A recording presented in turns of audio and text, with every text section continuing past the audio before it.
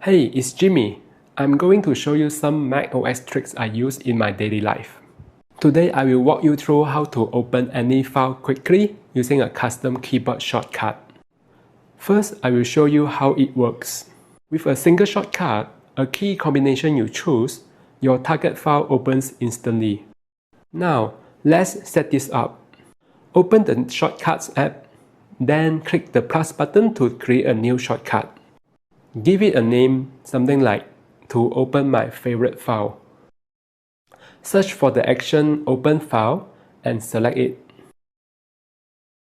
Click the Files option, then choose the file you want.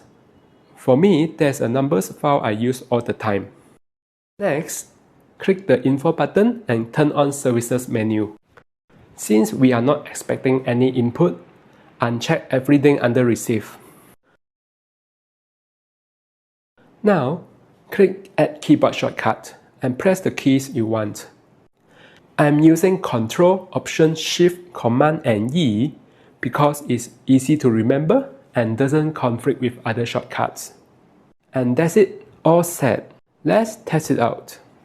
Go to your desktop, press your shortcut, and your file opens instantly. Some people ask how this differs from aliases. I like aliases too, but this method works everywhere, no matter what app or window you are in. That's all for today's sharing. Thank you for watching.